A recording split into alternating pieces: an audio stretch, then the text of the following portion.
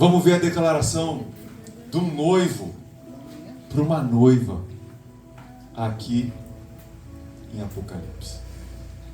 Ao anjo da igreja em Pérgamo escreve: estas coisas diz aquele que tem a espada afiada de 2 gumes. Conheço o lugar em que habitas, onde está o trono de Satanás, e que conservas o meu nome e não negaste a minha fé, ainda nos dias de Antipas, minha testemunha, meu fiel, o qual foi morto entre vós, onde Satanás habita. Tenho, todavia, contra ti algumas coisas, pois que tens aí os que sustentam a doutrina de Balaão, o qual ensinava a Balaque a armar ciladas diante dos filhos de Israel, para comerem coisas sacrificadas aos ídolos e praticarem a prostituição.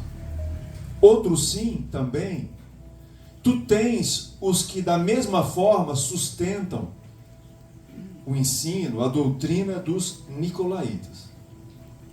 Portanto, arrepende-te, e se não, venho a ti sem demora, e contra eles pelejarei com a espada da minha boca. Quem tem ouvidos, ouça o que o Espírito diz às igrejas. Ao vencedor, dar-lhe-ei do maná escondido, bem como lhe darei uma pedrinha branca, e sobre essa pedrinha escrito um novo nome, ou um nome novo, o qual ninguém conhece, exceto aquele que o recebe. Vamos orar? Pai, nós estamos na tua presença, e em nome de Jesus nós clamamos que o teu Espírito Santo fale conosco, porque, Senhor, nós somos bombardeados com tanta informação durante o dia, nós somos bombardeados com tantas, até palavras, pregações, que são bênçãos em nossas vidas, mas nós cremos que esse momento em especial, esse momento é a hora que o teu Espírito corta o pão e entrega o alimento nas mãos de cada um que está aqui pessoalmente. Ou seja, o Senhor tem, como um médico que receita um remédio específico para a doença do doente, o Senhor tem para nós a medida da tua sabedoria, do teu ensino, da tua exortação para quem está aqui. Então, Deus, fala conosco. Nós te pedimos que a nossa mente ela seja livre dos pensamentos que só vão atrapalhar, só vão nos tirar daqui.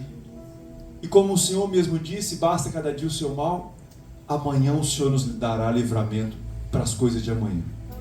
Fala conosco, é o que te pedimos, em nome de Jesus. Amém, meus irmãos? Amém. Muito bem, Pérgamo é a cidade que significa, a palavra significa casado.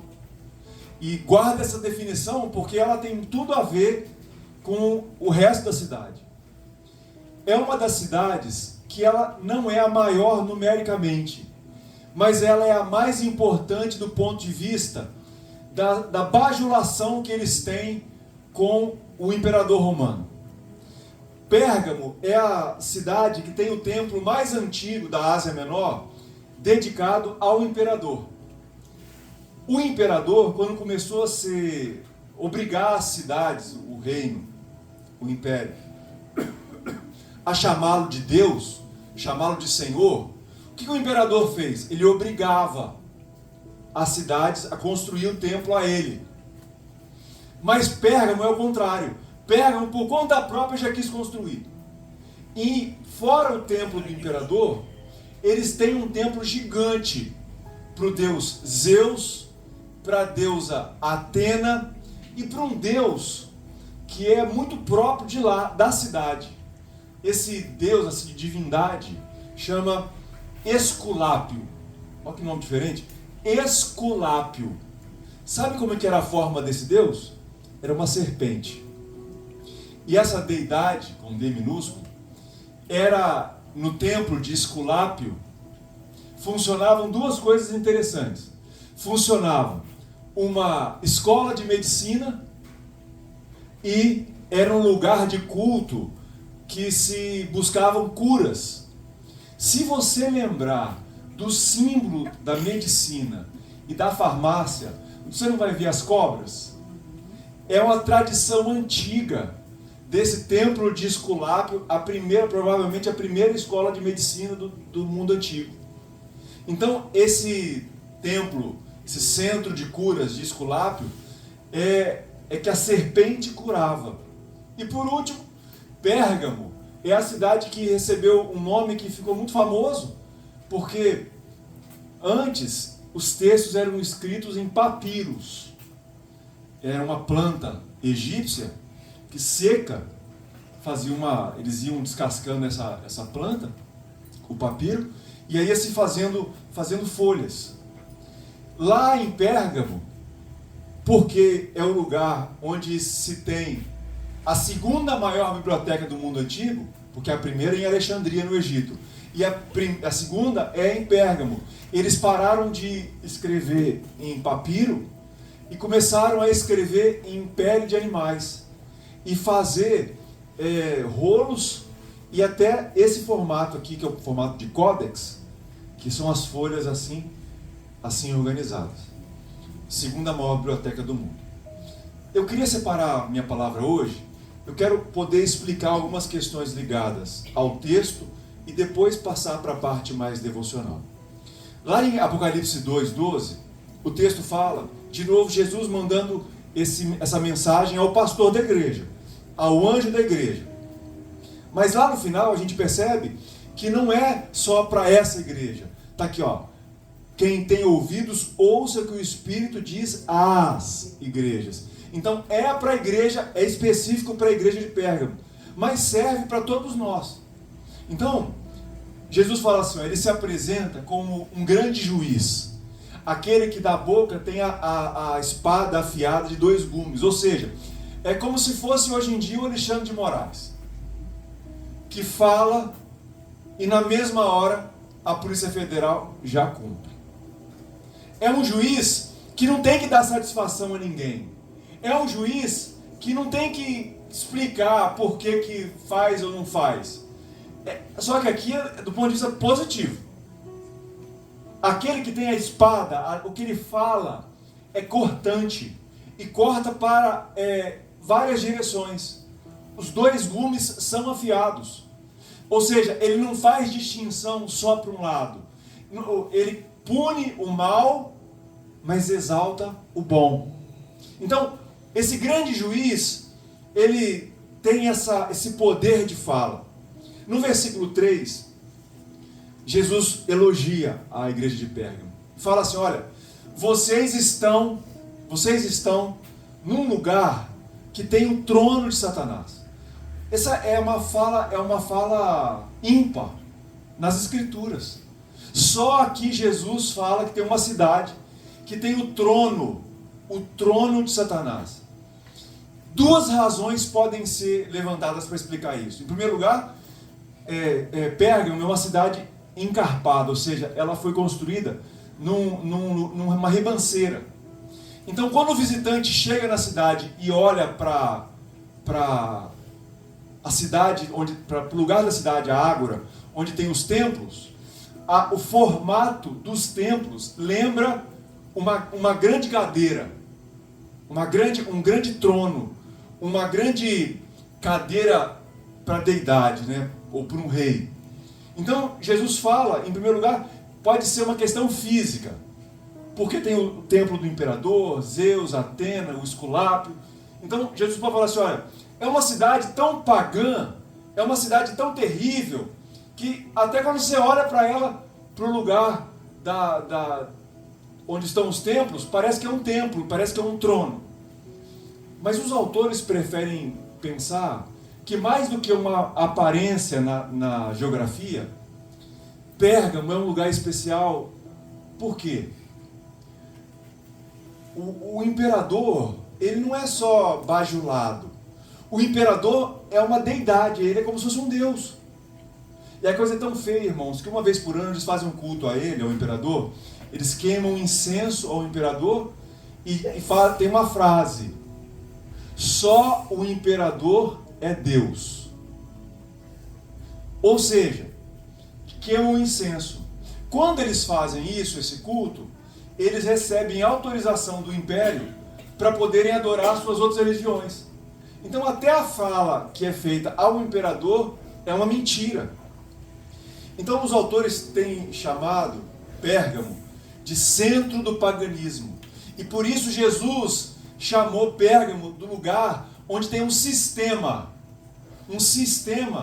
que tem tantas religiões, tem tantos cultos, tem curas, é uma cidade que tem recursos, é uma cidade que tem educação, porque tem a biblioteca, a segunda maior biblioteca do mundo, daquele mundo antigo. Então, pode ser uma questão geográfica, o templo de Satanás, que parece uma cadeira, um lugar, mas pode ser que Pérgamo, ela pareça esse sistema pagão, esse sistema que, ao mesmo tempo, você tem a possibilidade de ser tudo ao mesmo tempo e as pessoas não brigam por isso.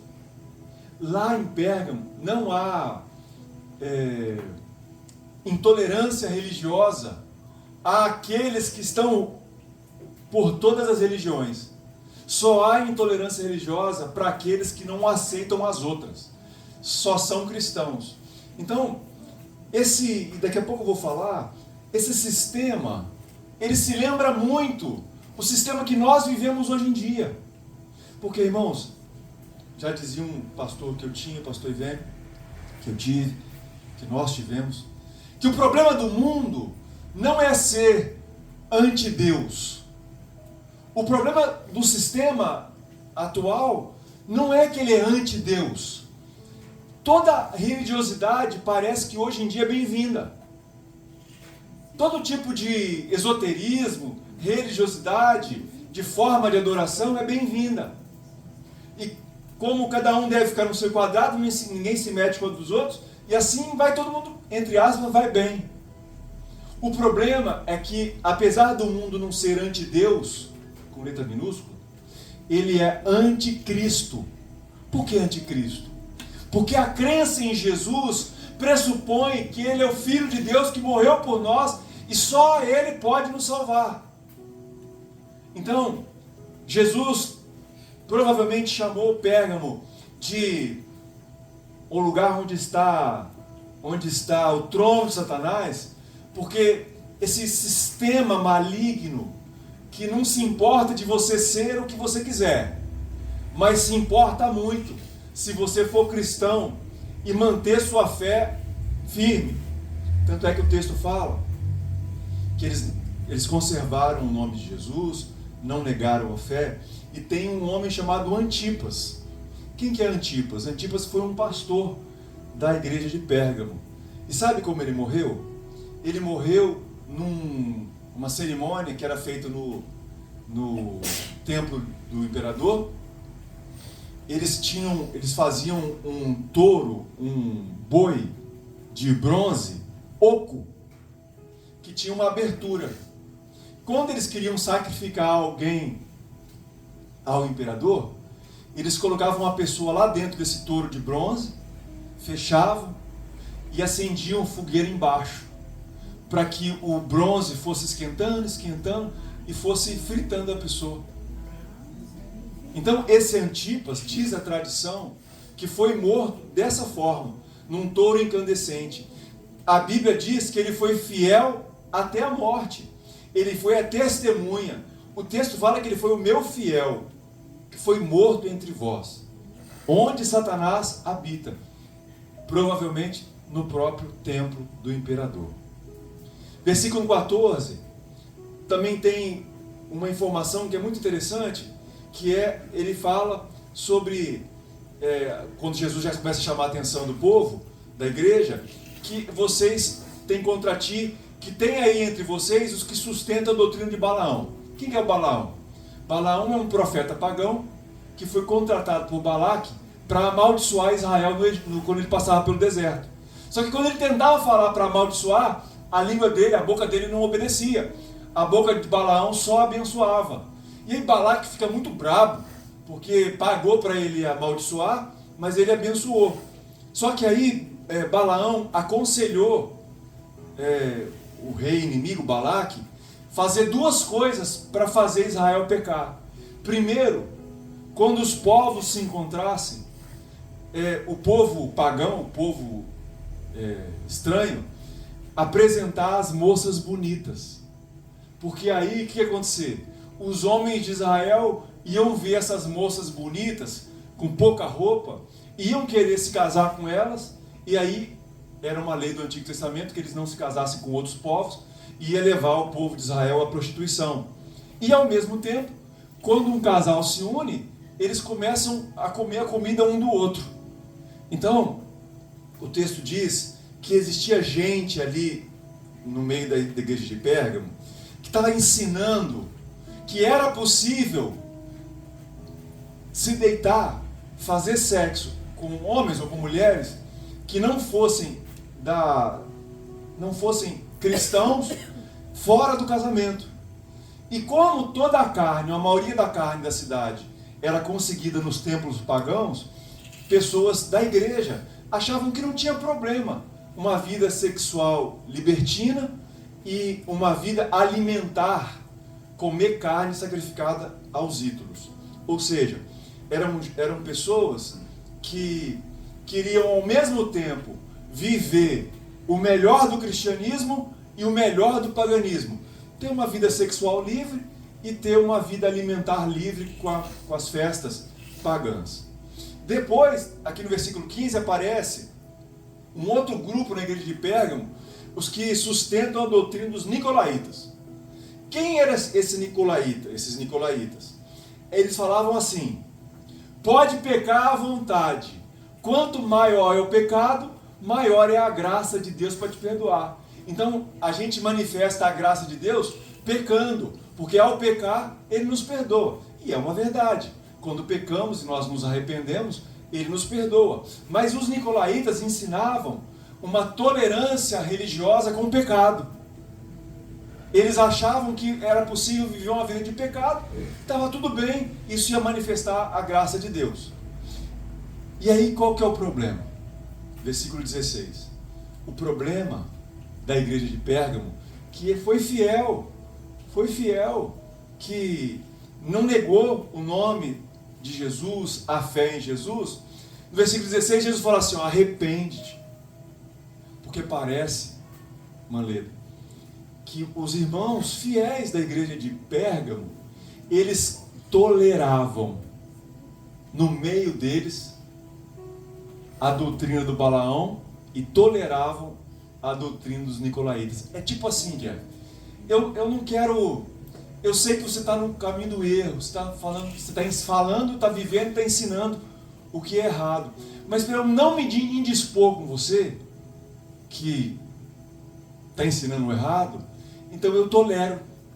Como era uma cidade de tolerância religiosa, eles levaram essa ideia de tolerância religiosa para os próprios cristãos dentro do ambiente cristão. Então Jesus falou assim: vocês têm que se arrepender, porque senão eu vou vir com a minha espada de 2 gumes, vou pelejar contra vocês. Porque a tolerância, ela é boa para com os de fora, para tolerar o pecado daqueles que não conhecem Jesus e não aprenderam ainda o certo.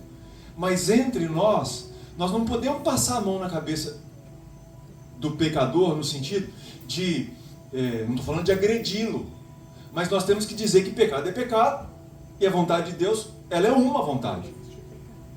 Nós não podemos negociar com a verdade, apesar e contudo amarmos as pessoas. Então, no versículo 17, ele fala assim: olha, quem tem ouvidos, ouça o que o Espírito diz às igrejas. Porque o vencedor, isso é incrível. Jesus, ele tem uma forma especial de animar as pessoas, os filhos dele. Ele chama a atenção, ele puxa a orelha, ele fala um se não, é igual Mateus. Se tomar a recuperação, não vai viajar com a gente. Então, eu estou falando com o Mateus assim, Mateus, eu acho bom você tirar nota boa. Se não, é o que Jesus fala aqui, ó. Se não, venho contra ti sem demora. Se não, Jesus fala assim, olha, se você se arrepender, se você me ouvir, você venceu. Você é o vencedor. Aí Jesus promete duas coisas. Jesus promete o maná escondido. Cheio de referências ao Antigo Testamento, né? Que maná escondido que é esse? Quando o maná, o povo estava no deserto, caía maná todo dia. Só no sábado que não.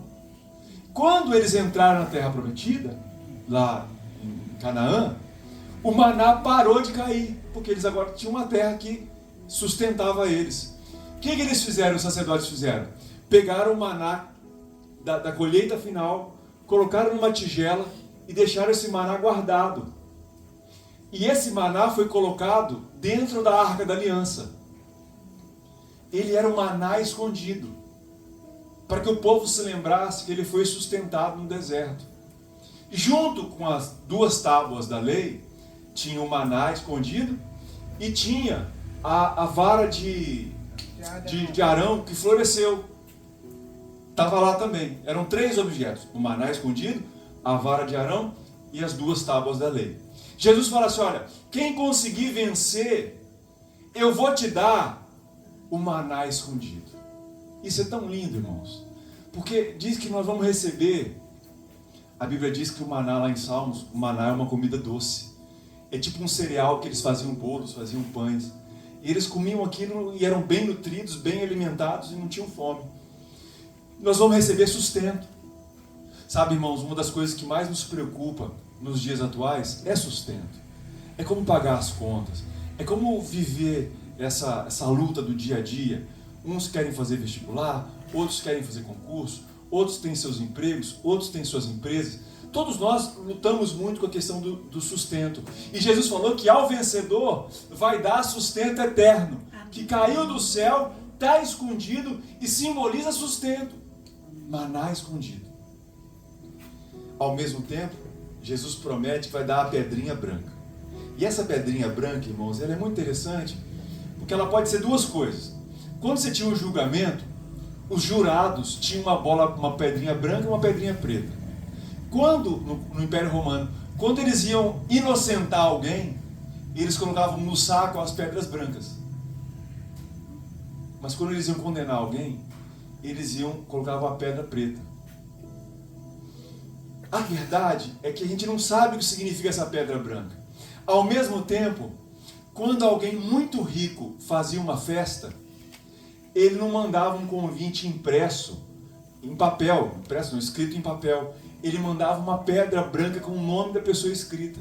E essa pedra específica com o nome da pessoa escrita era o convite de entrada na festa.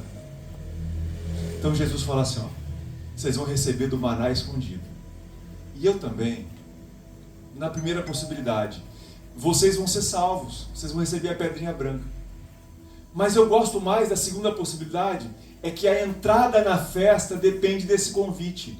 Só que nesse convite tem um nome que só eu sei e o próprio Jesus que me deu o convite da pedra branca. Tendo dito isso, irmãos, eu quero salientar que nós temos que tomar muito cuidado. Por isso que o texto bem diz que quem tem ouvidos, o que o Espírito diz às igrejas. E aí nos inclui.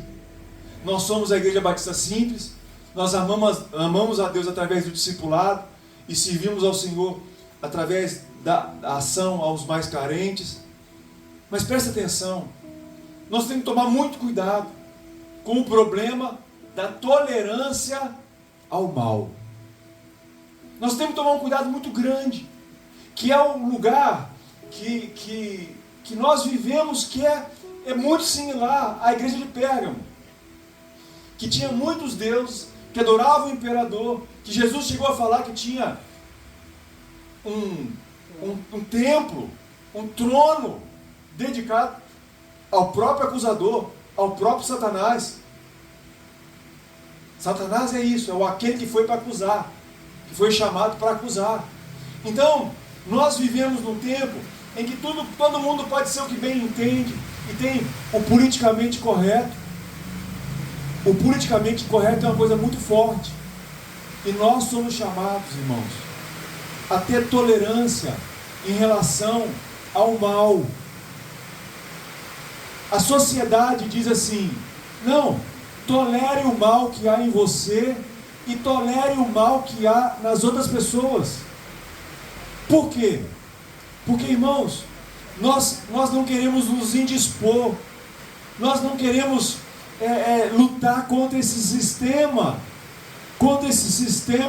que, se não for combatido, aos poucos ele vem sorrateiramente com os jovens, e com os jovens os adolescentes, e os adolescentes os adultos. Porque, irmãos, é muito melhor se levantar pela manhã e não ter problema com as pessoas.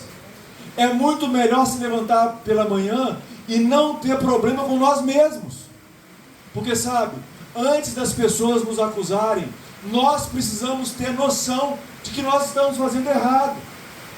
Sabe, casamento implica em fidelidade.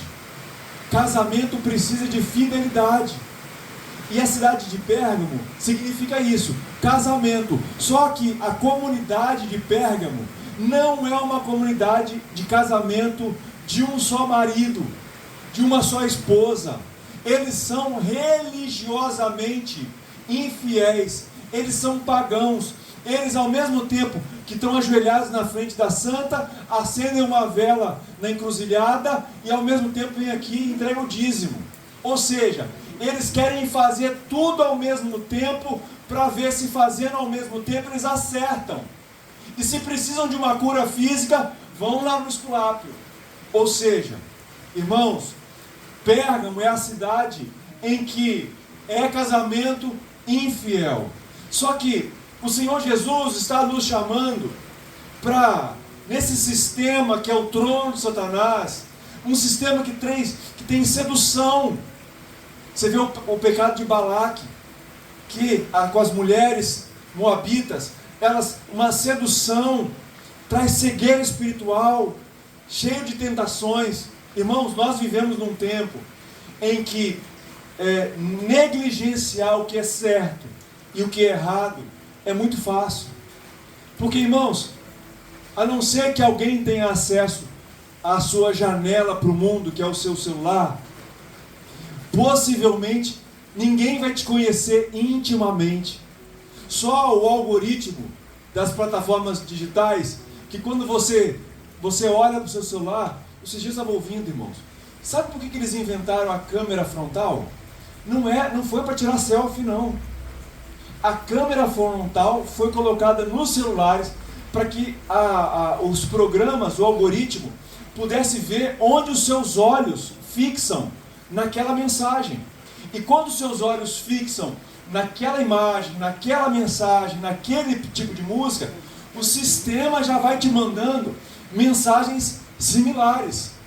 Os entendidos dizem, eu não tenho TikTok, mas dizem que o TikTok precisa apenas de 5 minutos você navegando para ele saber do que você gosta, basicamente. E ele vai refinando a busca para ele saber do que você gosta. Sabe, irmãos, nós vivemos num tempo em que nós estamos num sistema que é muito sedutor, que nós podemos ter 2 vidas, 3 vidas, 4 vidas. Eu já ouvi isso de várias pessoas que começaram a tentar namorar por aplicativos, que eles ficam dando match, né? O Tinder, que tem o tal do match. E aí eles tentam namorar pelo aplicativo, aí encontram com uma pessoa e dá certo, começam a namorar, mas essa pessoa, ela não perde o vício de continuar conversando com outras pessoas, porque são tantas possibilidades, são tantas mensagens, é tanta gente que pode ser que dê certo, que agora apareceu uma nova doença, que é overdose de relacionamento digital. As pessoas estão tendo que ser tratadas com isso. Olha, os nossos celulares, a nossa vida digital, ela pode mostrar sobre nós que nós somos um tipo de pessoa aqui e nós somos pessoas das mais variadas possibilidades longe daqui. Eu tenho amigos que descobriram que a própria filha, ela se passava no Instagram, uma conta falsa, como uma mulher de 30 anos. E a menina tinha 13 anos, 12 anos, e se relacionando com homens e com outras mulheres, como se ela fosse uma outra pessoa. E isso é muito comum. É muito comum. Sabe, irmãos? Pessoas que estão vivendo no casamento, pessoas que estão vivendo suas vidas religiosas, pessoas que estão vivendo a sua vida espiritual, mas ao mesmo tempo, elas estão adorando a vários deuses. Eu acho muito interessante esses termos que vão surgindo. Quando você tem um lugar muito bonito e você tira uma foto nesse lugar, aí eles falam que é um lugar instagramável, que é um lugar especial que todo mundo tira foto. E a foto no Instagram, a foto onde quer que seja, ela vai demonstrar uma beleza, um lugar bonito, ou um estado de alegria. Mas quantas vezes eu não estou na praia, eu olho para o lado, tá uma pessoa assim, quando ela para o celular e baixa o celular, o rosto da pessoa parece que murcha. O sorriso era só para foto. E quantos de nós, quando nos deparamos com as fotos dos outros, porque eu não sei se você sabe, a gente não tem inveja de quem está longe, a gente tem inveja de quem está perto. Por isso que a inveja é tão terrível, porque é um sentimento gerado naqueles que são próximos.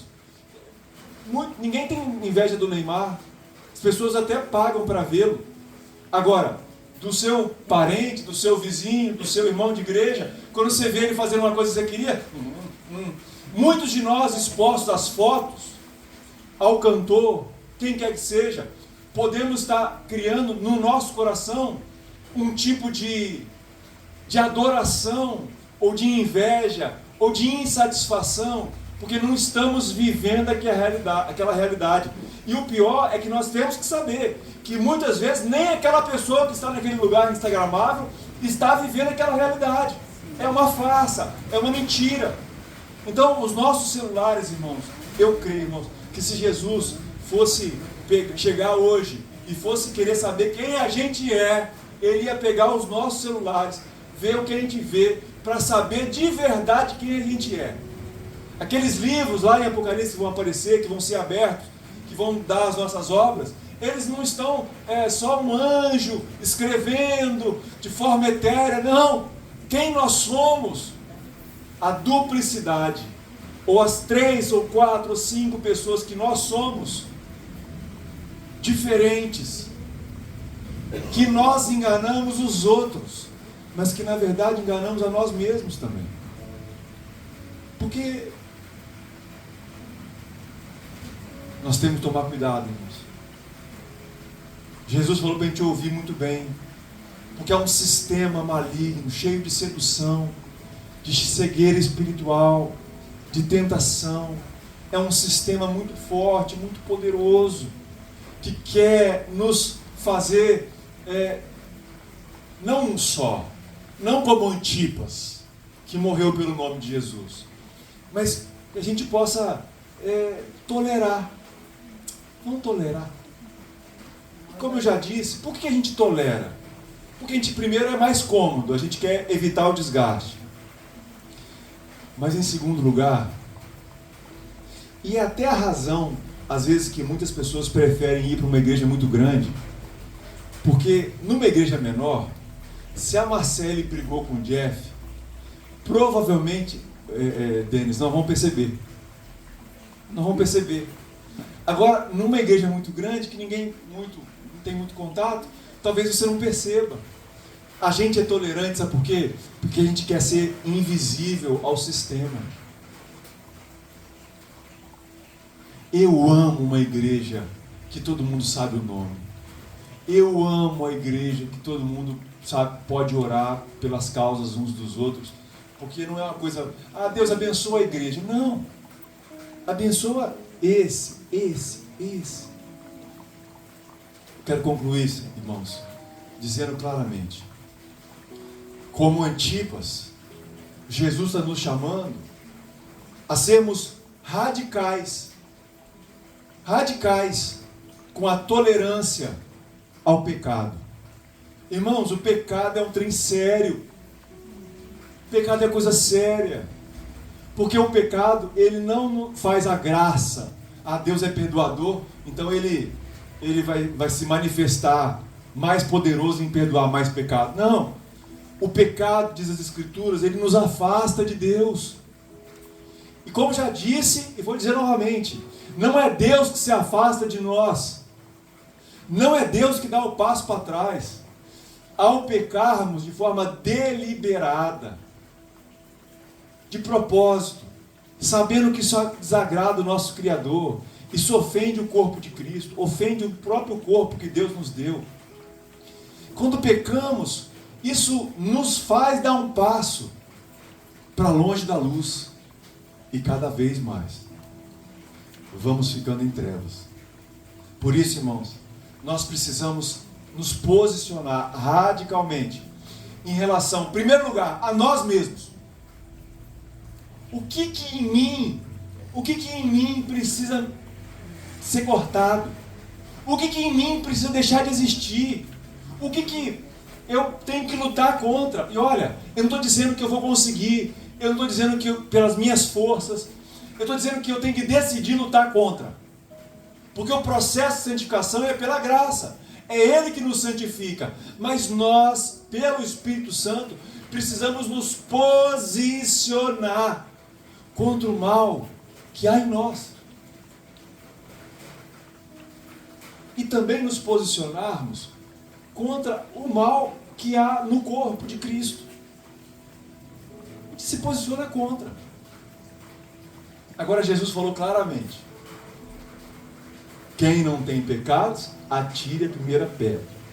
Jesus falou claramente: vocês querem tirar o cisquinho do olho do outro, mas vocês não estão vendo o que está no olho de vocês.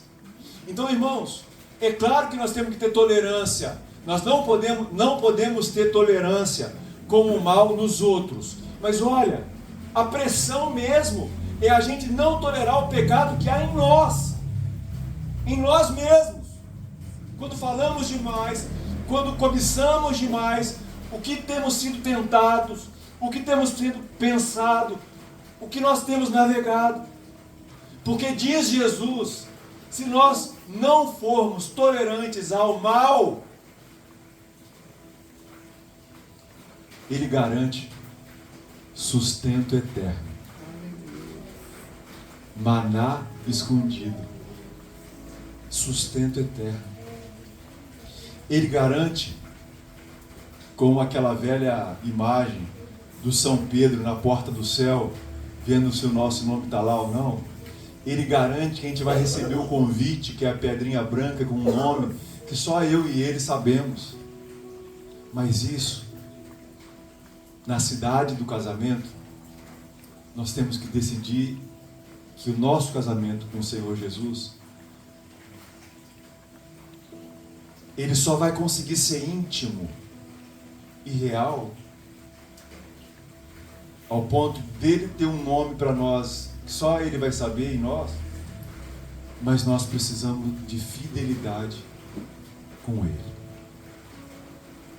Sabe, irmãos, as propostas são tão grandes, as propostas são tantas, para a gente ser cristão, mas flertar com o pecado. As propostas são tão fortes para a gente ser cristão, mas querer abandonar o casamento. As propostas são tão grandes e viver uma vida sexual errada, de negligenciar o errado, quer dizer, negligenciar o certo e aceitar o errado. O que Deus tem para nós, irmãos, é uma relação de sustento e de intimidade num casamento que vai durar a vida eterna. Que cada um de nós possa ouvir essa palavra e ser intolerante ao que não presta em nós mesmos. Tirar a trave do nosso olho. Julgar menos as pessoas e cuidar. Senhor, o que o Senhor quer mudar em mim? O que o Senhor precisa mudar em mim? O que o Senhor precisa fazer em mim? Que o Espírito Santo possa tocar nos nossos corações.